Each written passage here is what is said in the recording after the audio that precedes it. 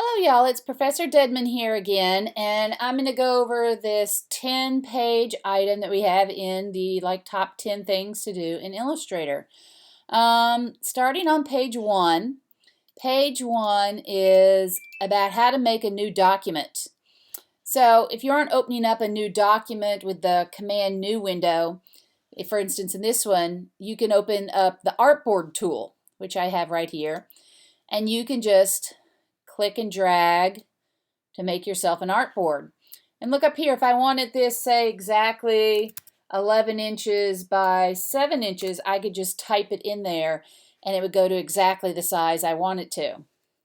Okay, and I can delete it. Also, if you wanted to completely duplicate the one you have here, I hold down Alt and Shift at the same time, and it duplicates that document for me. So that's easy for when you want to make versions of things. Okay? So that's number 1. Number 2 is, I think, pretty easy. We covered some of this in Photoshop. So right here are the shapes tools, right? And as you click on the first shape, say the rectangle tool, you can draw a rectangle tool. Now, I have my fill to black over here in no rule, as you can see. Also up here, fill to black and no rule. Okay, so I can just keep drawing them. That's a regular rectangle. Here's one with rounded corners. And look, it gives you these little circles in the middle. If you want to change the edges of your corners, it goes like that. If you want to do a circle tool, just click and drag a circle. If we want to do a polygon, the easiest way I think is to click on the document. And let's say I want to make a 3-sided polygon, which is a triangle. Okay, there you go. Triangle. Let's do another kind of polygon. Let's do, what's a stop sign? An octagon. 4, 5, 6, 7, 8. Okay, there's a perfect stop sign, right? Draws it for you. Okay, the star tool right here, you can just click and drag and it's got a star tool. If you click on it once, let's say you wanted to make a 6-sided star. Hit OK, there's a 6-sided one. Let's click over here again. Let's make like a starburst. Let's put like, I don't know, 24 in there. Look, it's a crazy one, right? So let's go back up here because look, I've got a bunch of different ways to draw these objects. Let's go back to just the regular rectangle. If you hold down the Shift as you're dragging, it's going to make a perfect rectangle for you, versus if I just do it freehand, I can do it like that. If I'm holding down the Shift tool, it's going to make it, the 4 sides are equal. It's good for the circle tool for that too. Look, if I'm drawing it freehand, it could be an oblong. If I'm holding the Shift key, it's drawing it so the, the diameter and the radiuses are the same. Okay, so that was number 2 right down here. Hold down the Shift key to make perfect shapes. If you say you want to measure a rectangle, click once, and I want to make it 1 inch by 1 inch. That's a perfect 1-inch box right there. Okay, if you did it with the circle tool and I clicked once, again, 1 inch by 1 inch high. There's a perfect 1-inch width and measurement on it. Okay, if you want to get fancy too, let's say with our circle, you can hold down Option, right? And it draws it from the middle. If you hold down Option and Shift, it's going to be making a perfect circle for you. Well, I let go of it there at the end. So that was Option, and it draws it from the middle. If you like the idea of drawing from the middle better. If you hold down Shift at the same time, it's drawing a perfect circle from you from the center out instead of one corner to one corner. Okay, so that was that one. Holding down Option, I'll put an A in that for you, and draw out from center. Okay, and just to note here, every object is on a layer. Let me open up my layers window here just so you can see. Window layers. Right? Look at all these layers that we've made. So this is going to become important when we start stacking things later. Okay? Just to note that on the side there. Okay, number 3, drawing lines. Look, here is, it's called the line segment tool. And for this one, you would just click and draw, but it's not showing up anything right here because the fill is to none and the stroke is to none. So if I go like that, there, my stroke's at 1 point now. I can raise it up to 7 to make it larger. Okay, let me do that again. So here's just a regular line. Look, a normal sort of rule is 1 point. Let me click that off, you can see that. So this is 1 point, this one's 7. Okay? If you want to get very fancy with it, there is a stroke window. Right here it is. Show options. Okay, and it will give you rounded corners, inside corners, dashed lines, arrow lines, everything right there. Okay, in that same line segment tool is the arc tool, and it's just going to make you an arc like that.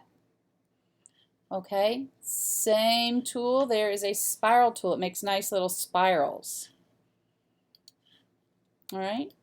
Let's go back to our line for a minute, and I just want to show you, since I opened it, this stroke window. Look, we can put all kinds of different arrowheads on the end of it. This can be very handy for a number of things. If we make our stroke thicker, right? All kinds of things you can play with there about how to make that line in the stroke window. Okay, the pencil tool, right here, looks like a pencil. You can just draw away with it. That looks like a wave. Look, here's like a wave with like a shark fin in it, right? Okay, and that is just the pencil tool.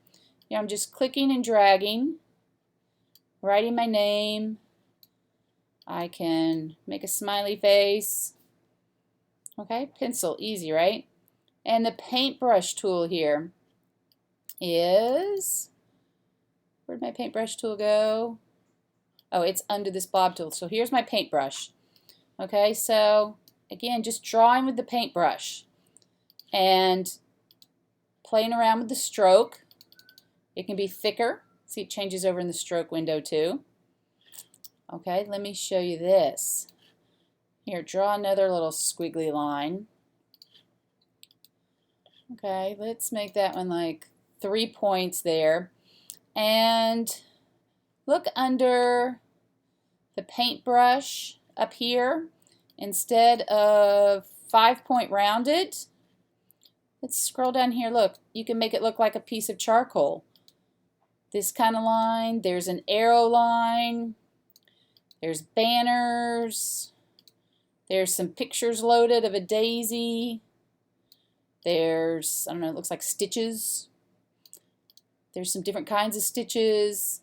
So all kinds of things in there that you can make the stroke look different, and different things too that you can load up in the brush window.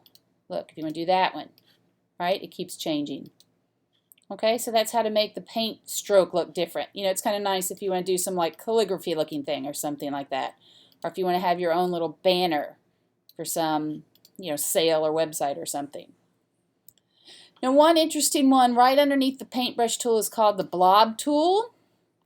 And let's say we draw our little fish here, right? Okay, and once that's done, if you look with the blob tool, when you click on it, it's giving you an inside line and an outside line and filled the line. So if I wanted to, I could click on this inside line. I'm on the white arrow tool, and I can just delete the inside so it fills it, right? And then I could go in, say, with my pen tool. I'm going to make it white, white, and I could just make a little like eyeball for my fish there. Here's my fish's mouth. Right? What do you think of my fish? Okay, and that was just free-handed drawing with the blob tool. Okay, it's underneath the paintbrush tool. So that's just how to draw lines. You've done how to draw shapes now. The pen tool is kind of tricky. And let me show you what it does here. Okay, the pen tool, once you click on the page, look, it wants to follow my cursor. So if I click at the end, it still wants to follow me to a new point. The only way to get out of that is to click on another tool, and it knows that you're done. Okay, and this one, just let's pick any color so you can see what we're doing. All right, so there is a black rule that I just drew. Okay, with the pen tool, again, if I'm holding down the shift, if I click and hold the shift, look, it'll only go at 45-degree angles. It's like a clock ticking around, right? So if I'm holding down the shift and I click, I know it's a straight line. Again, I have to click out of the tool to get it to do anything. Now, this is where it starts getting interesting. If I click and I go over here and click and I start dragging, I get this like arc tool for a Bezier curve. Okay, and it's arching any way I go, and I just let go. See, look at that cool line. It looks like maybe an eyebrow or something, right? So here's an exercise we can do in class to do the wave, and it would be to set the stroke for 4 points, right? And let's make it a red rule, okay? And click on, it says click on this red square and drag to the attached box. So click here and drag. Okay, then click on the next red square and drag. And click on the next red square and drag. Okay, and click off. So you get this, right? You get this like curved looking tool. So what does my tip say here? Tip, remember you can move anchors and handles to tweak the curve. So if I clicked here, see, it's showing me these little curvy pieces, so I can go in and change it if I want it to. I can make this side bigger. This one's going to make this side bigger. This one's going to make this side bigger. Okay, I click on that end point there, and I get the curves for that point, and I can move these around. Okay, so you guys could try another one. I also have a there's a website called the Bezier Method.ac. It's like an online Adobe Illustrator game we can try out. So here's number 5, color and how to fill in color. Okay, so let's make ourselves a rounded rectangle.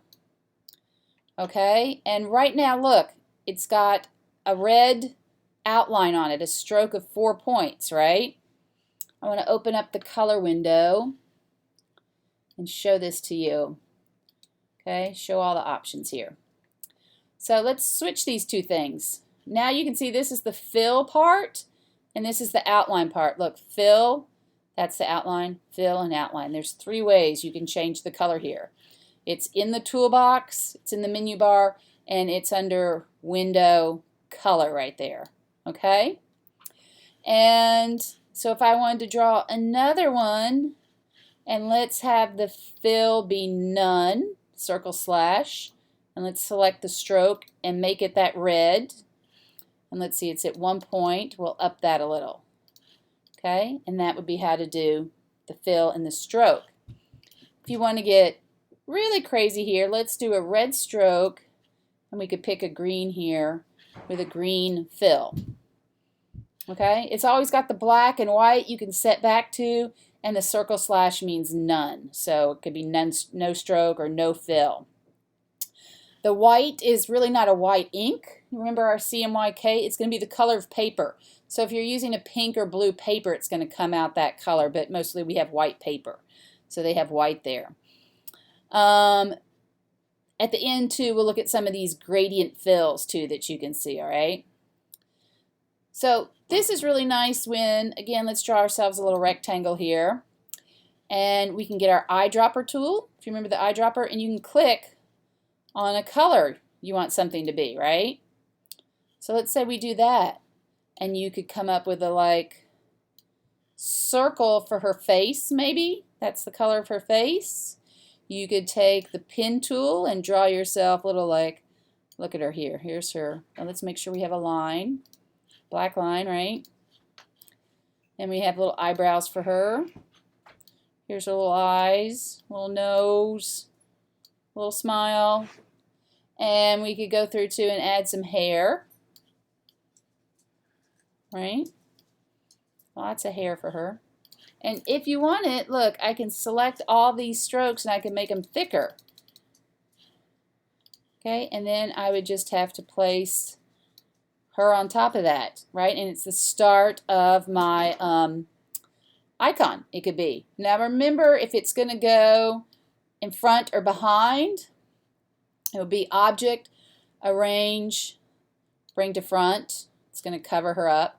Object, Arrange, Send to Back. Okay, because we're working on the layers again. Remember, this is where it can get a little tricky. Okay, there's my little rough thing of her. Okay, for a bonus, if you're following along so far, let's take a look at this. Right here, we have our color that we've been using, this blue color, right? And I'm going to go to color. Where's my swatches? Do I have my swatches in here? See if they haven't preloaded for some gradients. Yes, they do. So there are some preloaded black and white gradient, orange to red, fading sky. You know, you could also fill. There's a few things preloaded in here for some crazy fills. But there is your black and white gradient. Okay? Usually it comes up underneath the color window there. All right. So let's just try. Now let's try a custom gradient right now. So you would have to, let's get rid of that. Here's my gradient window. Oh. Okay, it's under also window G for gradient. See, it's checkboxed right there. So there it is. So you would have to pick something like linear or radial, whatever you want, and double click on this black bar and you're going to get, you know, our selection. Double click on the white one there and let's get a yellow. So that's what a radial one looks like. This is a linear one. Okay, and you could even like change the percentages there if you wanted to like have it at an angle. All right. Now this was, I showed you guys before, the blah blah blah, the icons that I was doing for a client, and we had done this, all right, as it's just a black and white icon. Let me open up my gradient window again. Okay, so it's linear, right? I'm not going to do it all the way to 100% black. I'm going to make it a little paler, and I'm going to make it at 90 degrees maybe. Okay, and it's the rounded corner guy. I'm going to pull in his corners a little bit, and okay, this is our little bonus here, extra bonus, effect, stylize to drop shadow, and just hit OK on that. And look, it gives it a little drop shadow. So you can see how that could be fun to put like a little icon on there or something for a bunch of variations of icons. Okay, so that is more than you ever wanted to know, probably about how to color. But this is the main thing you're going to be using, the solid colors and the lines. Make sure you keep them on the right layers. If you want to get fancy with the gradients, that's how you do it there. Now one thing here too that people always get lost on, and I want to show you guys, is the direct selection tool versus the white arrow tool. You hear me calling it the black arrow tool and the white arrow tool. Okay, let me fill that black. Okay, so the black arrow tool, I can just simply move it around like that, right? It grabs the whole thing and lets me move it around. When I select this little white arrow tool, it allows me to select one point of the object. Look, that one's solid blue, the other ones are white. And if I delete that point, I've got a triangle. Okay, let me show you that again. So I could go right like that, and I can add a point. I think it's going to work like this. No, I have to add the point with the pen tool. Pen tool, add an anchor point. Okay, I get an extra point there. I go back to my single point, and I make part of the flag. Okay, so that's just like that, right? So with our white arrow tool, we deleted the point there and it made it into a triangle. With the pen tool, with the add a point, we added a point onto the rectangle and moved it in. And we can go through and try and make some flags, right? This would just be 2 stripes of colors and some yellow, a rectangle piece. I left you some space down here to try and make some simple flags like that. But let me go on to number 7 here, because this can be important. And I think you can select this right here like that. So let's say you've drawn up all these shapes and everything, but you want to align them. So there is a window, a line. It's under A, that's an easy one to find, right? And you get this, you could line them all up according to their top. You could line them all up according to their center. All right, let's say we want to make these all kids standing on the same line. See, the underline is there to here. Now they're all standing on the same line. Now they're all lined up according to their heads. Okay, the align is a very great feature too when you're trying to, get everything's lined up instead of using rulers and everything. So how to scale things? Simply click and drag. But look, again, it's like letting me warp it. If I hold down my shift key while I'm dragging, it's keeping the proportions correct. So hold down the shift key just like we did for the circle, and it's allowing us to bring our objects around. You can also click, where is it? Edit, object, transform, scale, and it will make exactly 70%. There's also this tool, which will let you drag it around too like that. That is the free transform tool. Okay, I don't use that one too much. I would probably just click and drag it the way I wanted it. Okay, so that's aligning, making things all line up, either by, their centers, their heads. You'll have to play around with which one of these. These align objects according to their middles. Okay, so that was the alignment window. And scaling. Now, this is an interesting one too here, and I've given you some things to play with here. But let's open up window, the Pathfinder window. Okay, looks just like that we've got there. And I've given you a star and a circle. So look, this is behind that. And if you can combine it, hit Command Z. You can cut the pieces out, hit Command Z. It'll give you those pieces. Okay, and this can be handy if you're like, say, trying to combine 2 shapes. You want kind of a pointy circle or something like that. Okay, so the Pathfinder window can be very handy in like combining shapes. All right, now this one is kind of fun. So what I did here was I just went to, how to, I found gears. Let's say you want to make a gears icon. Again, remember we go to the images, we go to tools for size large, and I grabbed a gears picture out of there. I picked a fairly simple one. I think I got this one. Okay, and I just dragged it to my desktop, okay? So now you have this gears tool that I've given you, and you guys are going to love this. So watch this. So I've selected my little image. I've stolen off the internet here. And there's this window here called Image Trace. Okay, and we can also open it here, Window, Image Trace. And let's do this as a black and white icon. Okay, it's going to be black and white. We're going to see the tracing results. Trace. Okay, and now you're going to have to do 2 things that are kind of stupid to me, but this is what they've done. You're going to have to do expand. It separates the pieces. And you're going to have to ungroup. So object, ungroup. I just did this short code, but there's the ungroup symbol. Okay, and now what you have is, I'll draw like a red thing in the back so you can see.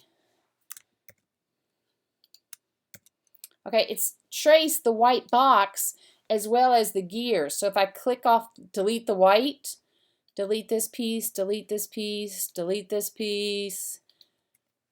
Okay, So that's kind of cool. Right now you have like, you know, you can make that into an icon for yourself. Like I could move these gears around separately. You know, if I just wanted, let's say I wanted to come over here and make myself a nice little icon. You know, bring that to the front. There could be an icon for, you know, working gears or something. Okay? Great way there to do that. Okay, and again, stole another image off the internet. Got a French Bulldog puppy here. And let's do, what is it showing it to me as like icons now? I want to see the names. I want to do it as a high fidelity photo. Tracing will proceed slowly. Hit OK. Okay, it's blurring it a little bit. Pixel clustering. I didn't think I picked such a big image, but it's taken a long time there.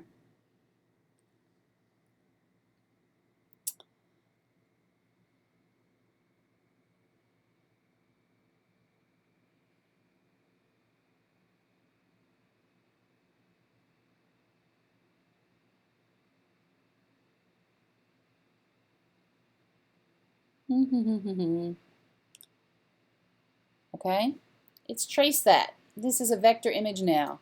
Watch, expand, and see it's given us all these pieces. Oops.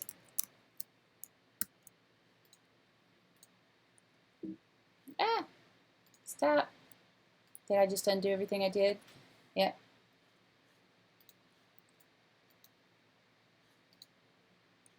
Stop. Okay, wait, I'm messing up. Okay, I think it stopped tracing for me when I hit the Command Z there. All right, so let's just start that over.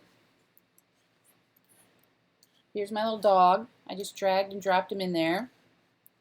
Let's try a smaller one this time, okay? Here's my dog. I stole off the internet. And let's do image trace. He's black, white, and red.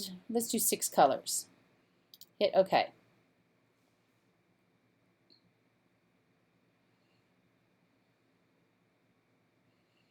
These are different options you can have up here for different ways you want to trace. And you might try them all out, you know, until you find one you like.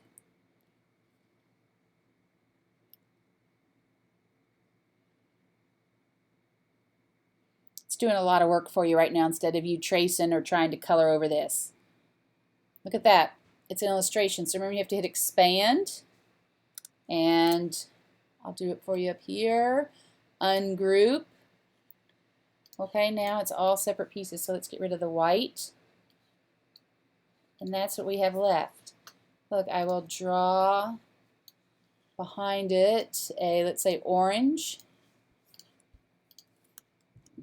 Hey, look, there's my dog. And these are all, look, separate little pieces. So if I wanted to go in here and change the color of each little pixel piece, I could. And you can do some kind of neat things with this, right?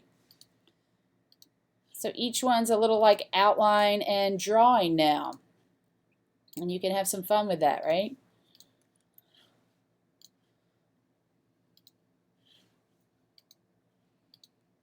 Right?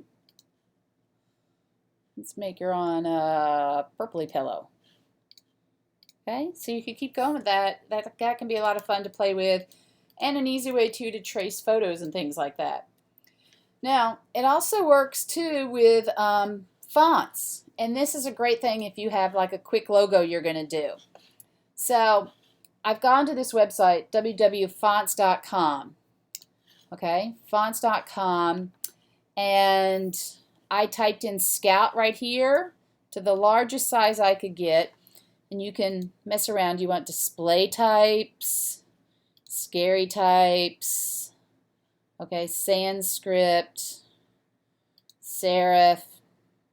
Okay, I'm checking too many things, I think, but okay. So you could find one you want, do a screenshot, Command-Shift-4. Remember that? And I have my screenshot now of that type. This is something that they wanted, I don't know how much money for, but I just wanted the 5 letters for a logo. So it's a little cheat here for you guys. here is my Scout image I just traced. So if we did our image trace in just a black and white logo, we expand, we go, I'll go the long way here, ungroup, okay? Same thing. It's traced the white part, so you gotta get rid of the white part. But look, there is my Scout logo. And send to back, send to back, okay? And you can trace the type. And it's all like separate pieces right now too, right? So let's say I wanted to make this letter smaller. You can start really messing around with this and make yourself like a custom logo, okay, without having to buy any type. Okay? Then you can start putting them together, right? Here's my little funky dog logo I did up here. I'm going to group that and just bring it right up there, Scout. Okay? We could have typed under here too, like working gears or something like that. All right? So we're at the end already. So remember to file, save. Okay, and you're going to keep your .ai file on your hard drive. And you'll be able to see it. Here's all my screenshots. It's probably in here. So there's my .ai file that I just saved. Okay, and you are going to also want to, if you want, just say this artboard is a JPEG. There's a couple ways to do this. File, export as, use the artboards, pick JPEG. This will make all 10 of the artboards JPEGs, and it'll just go, you know, artboard 1, 2, 3, 4 from this file, right? Or you could put in range. I know the one I'm looking at is number 10 right here. That's number 10, and hit export. CMYK, medium, hit OK, and let's see, probably save to this folder. Okay, there's the artboard I just saved. That would be what I would upload then to my ePortfolio. So hopefully this helps you guys all, and I'll be doing another video soon. Okay, thanks.